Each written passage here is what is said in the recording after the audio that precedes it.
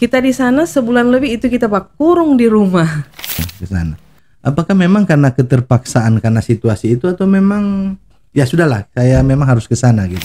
Dan akhirnya ya puji Tuhan sampai sekarang kita masih ada di Marore karena itu.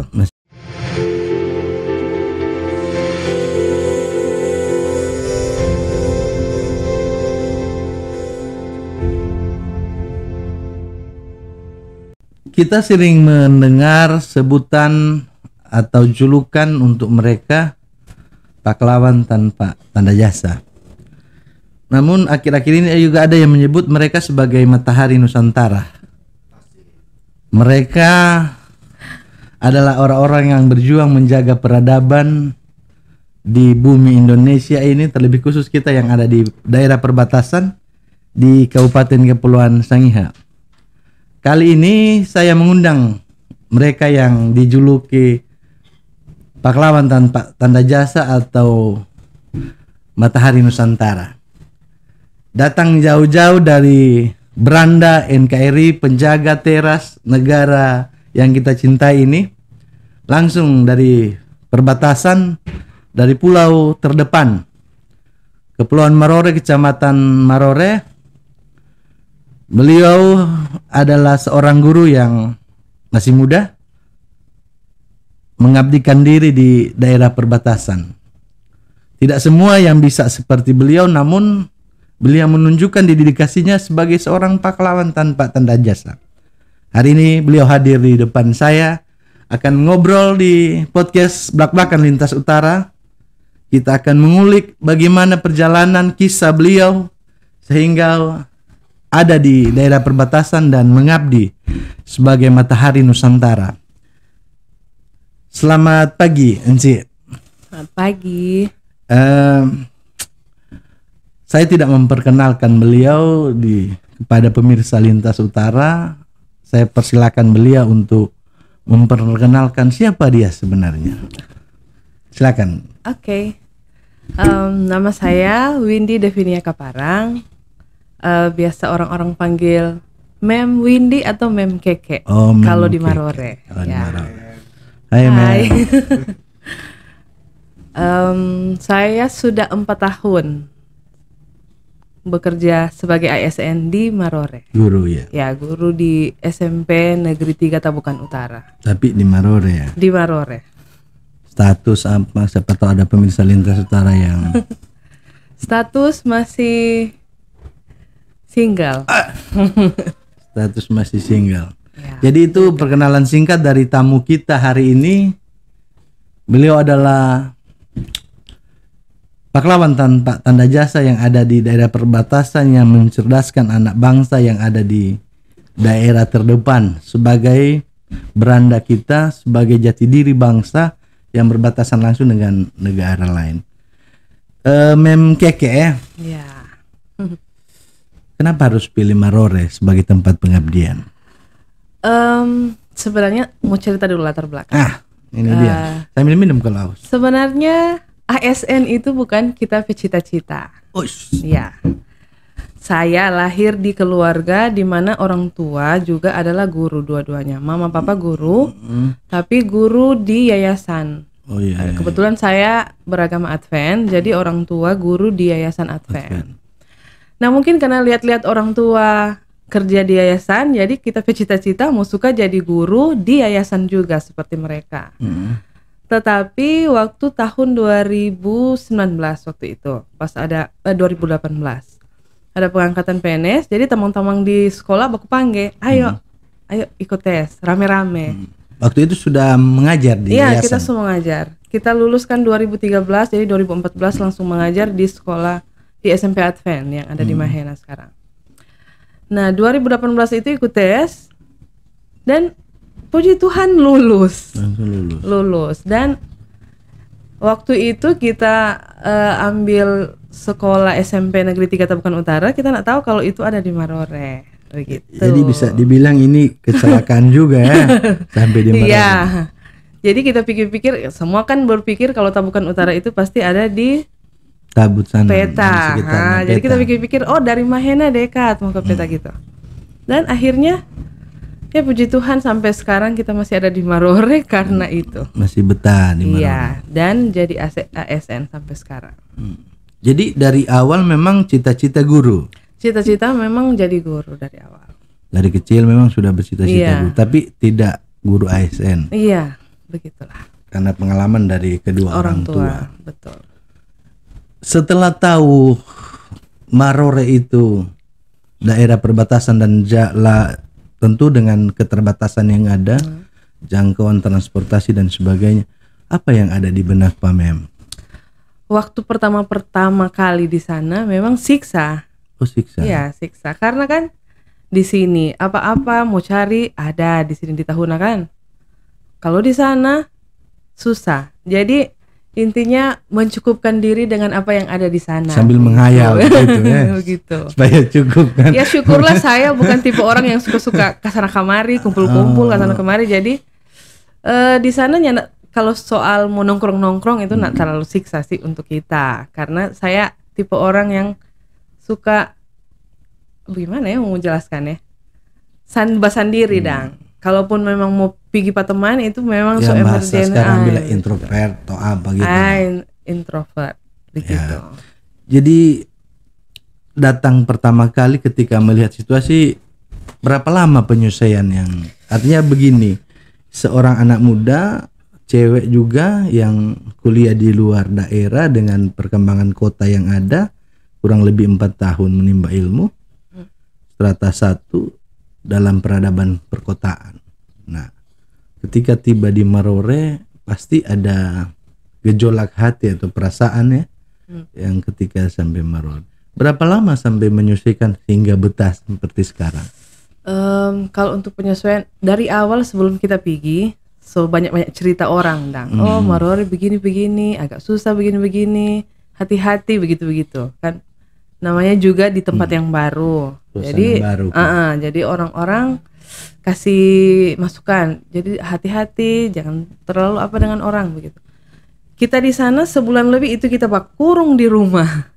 Jadi maksudnya Artinya ada menutup informasi diri awal ini. menutup diri dari orang-orang sekitar, lingkungan sekitar. Tapi mungkin sekitar sebulan lebih itu kita lihat-lihat keadaan di sekitar, tidak seperti yang diceritakan orang-orang di luar sana. Orang-orang di sini katuk baik-baik begitu semuanya. Jadi setelah sebulan lebih itu kita sudah terbiasa, akhirnya so boleh mau pipa siar, pipa teman begitu gitu. Jadi so boleh membuka diri kepada orang-orang di sana sampai akhirnya sekarang Betah. so betah di sana. Puji Tuhan so betah. Suka mau pulang? Kalau mau pikir suka mau pulang, semua kan semua pasti ingin ada di dekat dengan keluarga, dengan orang tua. Suka mau pulang, cuman namanya orang so mengambil keputusan untuk berada di sana, ya orang harus terima DP resiko. Luar biasa, memang harus tepuk tangan ini. Pemirsa Lintas Utara. Artinya seorang anak muda yang lagi sedang berjuang dalam hal untuk ini loh saya, jati diri saya seperti ini. Tidak semua, mungkin dari 1000-an anak muda 1-2 orang lah yang mau ke sana. Apakah memang karena keterpaksaan karena situasi itu atau memang ya sudahlah, saya memang harus ke sana gitu. Nah, waktu kita lulus CPNS 2018 itu, puji Tuhan memang waktu itu saya salah satu dari beberapa orang yang lulus passing grade. Nah, dari waktu itu ada 5 sekolah. Memang orang kalau introvert itu kecenderungan cerdas ya, smart ya. Entahlah, apakah cerdas atau memang kebetulan atau mujur. Atau mujur ya. Itu Leno. Mujur cerdas. Iya. Nah, jadi waktu itu kita kan nanti tahu kalau itu sekolah itu ada di Marore pas kita lulus tes administrasi. Nah, pas kita lulus akademik itu apa namanya? Passing grade. Passing grade. Ada 5 sekolah yang mau cari guru bahasa Inggris waktu itu, dan salah satunya memang di Marore. Ada satu orang yang di BKD bilang begini, Mem suka mau pindah di sini pas dorang so tahu kita di Marore. Kalau suka, orang mau kasih pindah no Mem di sini, pilih jo sekolah mana yang suka, kan ada 5 sekolah yang dekat-dekat sini, pilih jo. Tapi kita bilang pada dia dang, maksudnya kita ada iko ini, kong kita lulus, kadang maksudnya ini karena memang Tuhan so kasih kita memang harus di situ, no. Kalau misalnya kita kata sudah ambil sekolah lain, kayak kong kita nak lulus, nah belum tentu lulus. Jadi biar jo nak apa-apa. Salah-salah memang katut dari awal kita so di situ, mau apakah orang mau bilang kesalahan kah atau tak colo kah apalah. Ya namanya Tuhan so kasih memang kita berkat di situ, ya harus bertanggung jawab dengan apa yang Tuhan so kasih. Begitu Ya, kira-kira. memang luar biasa. Artinya sebuah pilihan yang mungkin tidak akan dipilih oleh orang-orang yang seumuran, mungkin seprofesi, atau bahkan dihindari oleh orang-orang. Kurang lebih 4 tahun di daerah perbatasan dengan segala dinamika yang ada. Hal apa yang paling sulit yang pernah diingat oleh dan pernah terjadi dan dijalannya oleh Mem di sana? Hal yang paling sulit sekali. Sulit. Kalau masalah sulit memang banyak sih kesulitan di sana. Karena perbatasan. Karena daerah perbatasan. Cuma paling sering sekali orang alami di sana sebagai orang yang tinggal di perbatasan. Nah seperti sekarang ini, orang masalah transportasi. Mungkin orang berpikir cuma melihat orang masalah cuma masalah transportasi. Tapi dengan masalah itu ada banyak sekali masalah yang tegate-gate. Misalnya dengan tidak adanya transportasi, orang bahan makanan di sana akan berkurang. Misalnya. Kemudian masalah-masalah yang lain seperti orang seharusnya harus misalnya mau bawa laporan ke dinas. DP tenggat waktu misalnya tanggal begini. Tapi karena orang tidak ada jadwal kapal, orang tak lewat-lewat lagi begitu. Jadi masalah transportasi ini memang masalah menyangkut segala sesuatu. Artinya ketika transportasi terganggu, semua sektor semua pasti terganggu. Orang syukurlah kalau di perbatasan sana ada namanya rawan pangan. Jadi dari pemerintah memang ada khusus bantuan.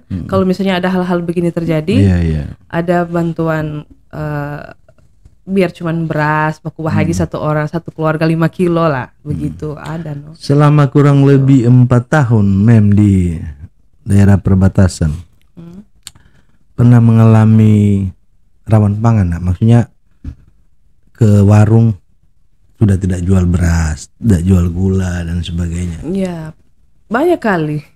Karena di Marore itu sering sekali terjadi badai. Kalau badai begitu kan nggak ada memang kapal sama sekali. Jadi orang-orang cuman bergantung kalau misalnya yang ada kebun ya syukurlah kalau yang punya kebun. Tapi orang ini yang pendatang cuma bergantung mau beli-beli. Ya sekarang kalau di warungnya nggak menjual, apa yang dilakukan? Puasa, bikin bubur. Puasa paksaan atau apa namanya? Kalau ada sisa beras bikin bubur Nah begitu. Atau ada yang tetangga-tetangga yang baku kase begitu. Jadi bersyukur masyarakatnya ramah-ramah gitu loh. Ramah-ramah. Jadi orang yang pendatang ini walaupun ada apa-apa di sana, jadi dibantu lah. Kenapa Mem dengan situasi dan kondisi yang ada dengan keterbatasan dan di daerah perbatasan kok tetap bertahan? Kalau kan lain ya yang penting sudah jadi setahun mengabdi, 2 tahun mengabdi, sekarang udah 4 tahun. Kenapa nggak minta surat pindah? Sebenarnya banyak orang yang bilang kita masih 1 tahun juga di sana, sebanyak orang yang bilang, Mem pindah jo ke sini, di sekolah ini jo, orang urus akang atau orang bantu akang. Cuman itu kembali lagi di yang kita bilang tadi. Tanggung jawab moral. Iya tanggung jawab. Saya saja yang kalau misalnya mau keluar dari Marore sana, so pasti orang harus mau kasih tinggal anak-anak di sekolah. Kita pikiran itu jadi maksudnya orang tanggung jawab kepada anak-anak dan kepada orang tua di sana yang suka titip anak-anak di sekolah. Kong masa kita mau kasih tinggal begitu? Cuman karena mau cari kita senang sendiri begitu. Jadi orang tujuan adalah mendidik anak-anak di mana saja. Orang kan berjanji siap ditempatkan di mana saja. Betul. Nyanda ada di surat surat pernyataan nyanda bilang siap ditempatkan di mana saja kecuali di Marore. Nah, ada begitu. Jadi di mana saja orang ditempatkan, orang harus bertanggung jawab dengan orang apa yang dipercayakan kepada kita gitu. Kira-kira. Rasa enjoy selama kurang lebih 4 tahun ini. Apakah Mem membiasakan diri atau apa namanya ya, memberi kepercayaan diri sendiri bahwa saya harus bertahan di sini. Apa yang dilakukan sampai bisa menyesuaikan keadaan, mungkin bisa rawan pangan ketika badai datang, kekurangan bahan makanan, tapi masih tetap enjoy. Intinya menerima apapun yang dia jadi di sana. Jadi ketika orang enjoy dengan apa yang ada di sana, semua masalah-masalah yang ada orang mau hadapi itu nyenak terlalu berat orang mau pikir begitu. Jadi yang kita pikir begini, orang pilihan cuma satu, menguatkan diri dan menerima keadaan, cuman itu. Karena kalau orang mau kalau kita mau mengeluh akan mulai bersiksa itu yang orang mau jalani pikiran, itu. Jadi mindset saja bahwa kita akan baik-baik saja di sini. Masa masyarakat boleh mau hidup, masa kita nak boleh begitu. Intinya mindset ini ya. Iya, mindset. Jadi paradigma ini harus yang ditanamkan betul-betul bahwa kalau saya ada di sini itu tanggung jawab saya dan bagian saya harus di sini. Nah, tadi dari sisi kesulitan, hal apa yang menarik di Maroresan sampai betah? Mungkin DP nyong atau apa kan, bisa kacang hijau. Kacang hijau kacang hijau gagak-gagak jadi kan tadi hal-hal yang sulit di sana pasti kan ada hal yang menyenangkan. Apa saja yang menyenangkan sampai membuat bisa betah? Selain tadi bahwa mindset saya tanamkan harus ada di Maroda, dia yang menyenangkan. Kalau di tempat kerja semua saling mendukung. Jadi ada tuh yang kasih baku-baku ciri. Jadi nyaman di tempat kerja. Kemudian teman-teman juga baik-baik, tetangga-tetangga ramah-ramah, orang-orang di sana. Dan kita juga di sana sering misalnya kalau ada kegiatan apa kita dilibatkan begitu. Kalau ada misalnya kalau upacara 17 Agustus setiap tahun saya pasti MC begitu. Jadi ada banyak-banyak kegiatan di sana yang orang libatkan kita. Jadi ada ruang untuk itu sehingga bakat apa tersalurnya. Iya betul. Semoga jadi ada kenyamanan ya. Betul. Jadi hal yang menarik di sana kenyamanan. Mudah-mudahan ada di podcast ini juga bagian dari kenyamanan itu. Ya. Iya. Jadi itu hal yang menarik. Tadi kultur masyarakat dan lingkungan kerja. Tentu ada hal yang menarik lain selain kultur dan lingkungan kerja itu. Apa ya? Kalau daerah lain kan yang terancam kelaparan di sana, terancam kelaparan. Di sana banyak petugas. Oh, di sana. Iya. Bergaul dengan banyak orang. Iya, betul. Banyak pendatang di sana. Jadi tidak merasa sendiri, Jadi intinya itu. Banyak pendatang, banyak punya nasib yang sama dengan saya gitu. Jadi di nyaman-nyaman. Kan di sana ada kantor apa ya? Yang Filipina itu perbatasan. Oh iya betul, BCA. BCA ya? BCA. Kan bahasa Inggris tentu banyak bergaul dengan orang. Apa yang ada di benak orang-orang luar negeri ini, Filipina lebih khusus yang ada di BCA itu terkait Indonesia maupun kita yang Sangihe? Mungkin sempat ngobrol begitu. Kalau dari orang sih sempat kita bercerita dengan Mister. Orang biasa panggil dia Mister. Nyong-nyong Mister ini? Tidak juga. Oh, tidak juga. Ada yang nyong-nyong Mister? Tidak ada. Siapa tahu semua dari Marore menyeberang ke Filipina. Semua Mister yang datang itu sudah berkeluarga. Dari kalau sejak kita datang ke sana, jadi sudah ada 2 kali pergantian orang. Begitu.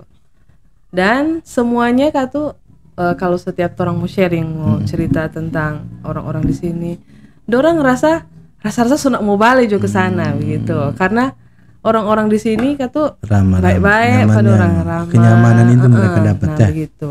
Dan juga kan di Marore sana ada tuh orang-orang yang bisa bahasa Filipina. Iya. Artinya kulturnya di sana kan nggak jauh, artinya sama karena hubungan emosionalnya ada kan gitu.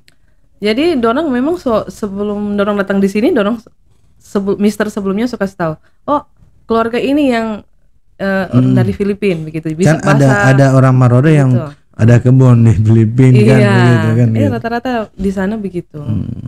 Jadi so nyaman no dorang di sana. Dorang rasa dorang juga diterima di sana dengan baik. Makanya dorang bilang rasa-rasa sonak mau balik jo di sana karena dorang rasa juga lebih aman di Indonesia daripada Dari di negara Filipina. yang Betul. Nah itu dari Filipina. Tadi hal sulit, Ya. hal senang nyaman apa. Sekarang apa yang pasti kan ada sesuatu yang nyanda, duh, gak suka yang malas. Apa ya? Kalau masalah nyandak suka, cuman masalah ini no. Kalau misalnya mau suka keluar tapi nak ada transportasi, itu tuh lebih masalah besar kok di sana. Masalah itu. paling besar Iya, itu ya, betul. sulit kemana-mana. Sulit Transportasi kemana-mana. susah. Kalau habis rampa-rampa di Marore sana, bagaimana itu? Kalau ada transportasi pakai pastiu itu no. Jadi itu yang harus, bukan sulit tapi mempastikan. Mempastiukan sekali le itu masalah itu. Jadi Bukan cuman kita le, semua satu pulau le, satu kecamatan le sana. pernah ndak ketika ndak ada transportasi tapi harus penting sekali untuk keluar, mungkin naik ambut dengan cuaca yang pengalaman begitu. Satu kali kita pernah naik pambut karena memang waktu itu memang ada kapal sama sekali. Yang urgent harus keluar. Iya, harus keluar. Tapi itu juga kalau misalnya kan ada di sana itu lebih sering kencang, lebih sering badai daripada badainya lebih banyak daripada todo. Begitu. Itu resiko no makanya. Tapi kalau memang so urgent harus keluar, mau tidak mau memang mau kencang mau apa harus naik pernah pambut. ada pengalaman itu datang kemari. Satu kali kita naik pambut. Tapi Kencang. waktu itu tedo sih. Tedo. Cuman banyak yang teman-teman yang lain banyak yang punya pengalaman itu. Yang sempat nggak tahu tuh yang naik pambut, kong kencang. Mbok Keke yang di Matutu. Dia sering sekali. Dia sering sekali naik pambut. Iya. Berarti dia sering keluar ya? Iya benar. Kalau dia sering naik pambut berarti dia sering keluar. Itu yang di kultur dan situasi yang ada nih. Kembali ke lokasi pekerjaan, ke tempat kerja. Anak-anak didik di sana. Mungkin bukan membedakan ya. Tapi karena mungkin ada di perbatasan, tapi saya yakin mereka cerdas karena ikan kan. Sempat mengajar di luar Marore kan, di sini waktu itu benar. Di yayasan. Apa yang membedakan mungkin cara penerimaan anak-anak ini dengan yang di perkotaan atau apa gitu? Sebenarnya di cara penerimaan materi itu tergantung dari siswanya. Tergantung dari siswa, apakah dia mau ada di Tahuna atau di Manado atau di Marore, itu tergantung siswanya.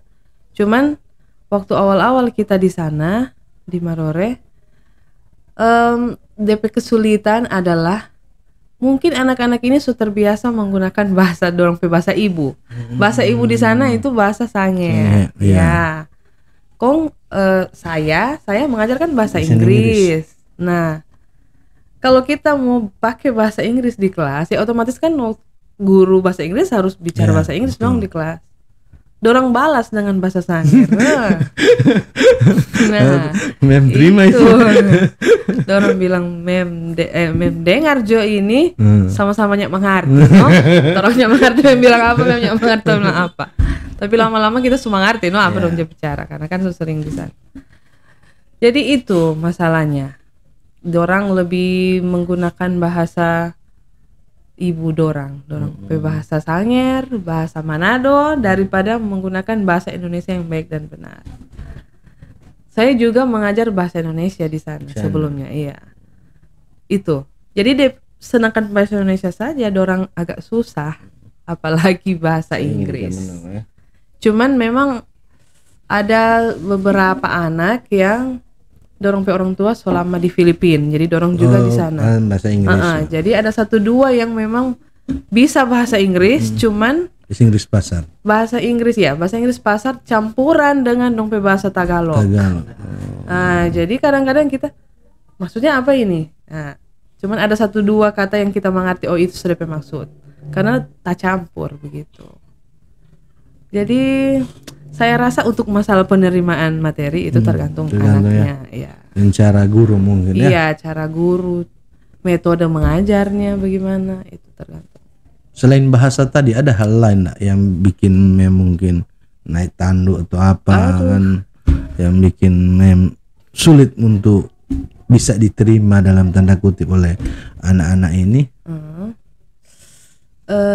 Apa ya, dimanapun kita mengajar memang ada satu dua anak-anak yang bikin naik tandu, no memang jago bikin naik gula darah. Masalah disiplin di sekolah begitu. Kan di sana anak-anak rata-rata dorang pergaulan dang beda dengan anak-anak di sini. Jadi kalau ada acara begitu, semua ikut acara gitu. Kalau ada disko tanah, semua anak-anak ikut, dari anak bayi sampai oma, opa ikut. Oh gitu ya. Jadi itu dong, kultur begitu. Awalnya kita memang dapat Jadi shock pas dan kita besoknya lihat. sekolah nggak ada murid.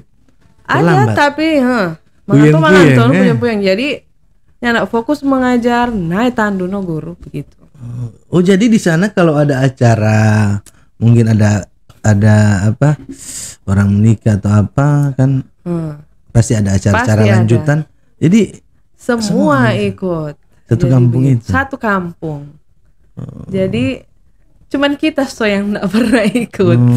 Karena ya kita nggak pernah kan. ya nggak pernah ada kejadian ibu guru cari murid di rumah atau apa gitu. Ada banyak kali.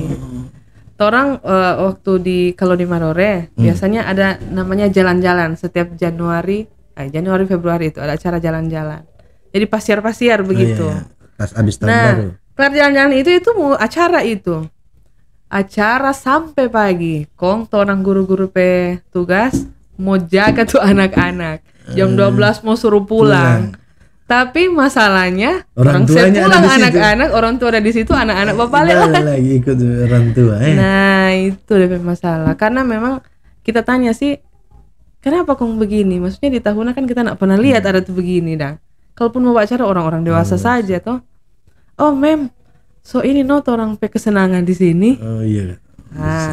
Jadi cuman Kalau ini anak-anak orang kan ada dunia anak toh, nggak ada ruang terbuka untuk anak bermain atau apa kan. ada. Jadi itu dorong kesenangan. Sampai Jadi serba salah juga. satu rumah di situ baku dapat bareuni di tempat acara. Lain lagi. Awal-awal kita shock no astaga. Kenapa aku begini dah, maksudnya orang tua juga yang kadang-kadang suruh-suruh. Pokoknya. Oh, ya. Anak-anak kecil itu masih belajar bajalang, setau ya. Warna belum tapaci itu. Nyandak pernah kita. Merakan dah. Nan tahu. Lebih baik tidur. Lebih senang tidur. Mem, tadi kultur yang mengagetkan mungkin dari sisi pemahaman mem. Ada enggak hal-hal lain yang berbeda mungkin? Siapa orang ini begini, masyarakat ini seperti kayak tadi tuh. Kalau acara semua acara. Sampai anak-anak di bawah, ada enggak hal lain yang mungkin agak mencengangkan sedikit atau kayak tadi mengganggu anak-anak sekolah karena acara kultur sana? Hal yang berbeda yang belum pernah mem lihat tapi ada di sana. Nah di sana kan dorang punya orang tua, dorang mata pencarian rata-rata adalah nelayan di sana. Kadang-kadang kita di sekolah misalnya, kenapa dia ini anak sekolah? Oh mem, ada pergi mudung di sana dia. Kita bilang kenapa begitu? Oh ada DP orang tua begitu. Jadi kadang-kadang dorang anak sekolah karena cuma mau pergi mudung begitu. Pulang sekolah mau pergi mengael begitu. Kong di sana jadi dari anak-anak sampai oma-oma itu napa di pantai semua dorang mengael. Sampai tengah-tengah malam kadang-kadang sampai pagi kita pernah ikut juga dorang tapi nggak tahan. Akhirnya menyatu ya di pelabuhan sana. Pokoknya kalau mulai sore itu sampai tengah malam itu sudah baris orang-orang mengael. Iya di situ. Jadi ada di sini kan? Nah. Jadi ketika itu anak-anak kan enggak sekolah ikut orang tua, kan enggak mem datang atau guru-guru lain kepala sekolah kasih pemahaman begitu kan untuk mengikis hal ini karena bahwa pendidikan itu sangat penting untuk anak-anak itu. Pernah kita di sana wali kelas. Kita wali kelas. Jadi kalau ada anak-anak yang nyandak sekolah, tanggung jawab wali kelas harus datang ke rumah. Apalagi kalau misalnya 1-2 hari nak sekolah, itu memang harus dicek. Cari ya. Jadi pergi ke rumah cek. Jadi ada kerjaan tambahan. Iya, betul. Ya, hari ini seru sekali pemirsa Lintas Utara, kita mengulik apa yang ada di perbatasan sana, mungkin yang tidak pernah kita tahu, yang tidak pernah kita alami. Kita mengetahuinya dari meme yang ada di depan saya yang jadi lawan diskusi saya hari ini terkait bagaimana dinamika yang ada di perbatasan, susah senangnya, menyakitkan, dan yang yang membuat dia bahagia, semua ada bercampur aduk di sana. Tidak semua orang seperti dia. Nah, bagaimana kelanjutan yang ada di sana masih kita akan mencari tahu dari beliau. Kita akan kembali setelah ini.